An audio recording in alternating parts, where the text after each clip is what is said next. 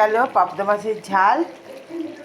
অল্প অল্প মানে ঝোল থাকবে, একদম শুকনো করবো না, এইটুকুনি থাকবে, কেন আবার টেনে নেবে একটু।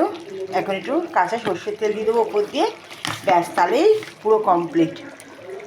দারুণ গন্ধ বেরিয়েছে। এবার গ্যাস বন্ধ করে ওপর দিয়ে একটু তেল ছড়িয়ে দেবো। আগে তেলটা দিয়ে দিই, তারপর গ্যাসটা বন্ধ করে দেবো। একটু ওপর দিয়ে সর্ষের তেল দিয়ে দিলাম। এবার গ্যাসটা বন্ধ করে একটু ঢাকা দিয়ে রেখে দিলেই একদম রেডি। এর উপর ধনেপাতা দেওয়া যায়, কিন্তু আমার বড়মা সাথে ধনেপাতা খান না, এর জন্য আমাকে এই রান্নাই খেতে হয়। ধনেপাতা দিলে দারুণ টেস্ট হয়। চলো গ্যাস বন্ধ করে দিলাম, এটাই টেনে নেবে।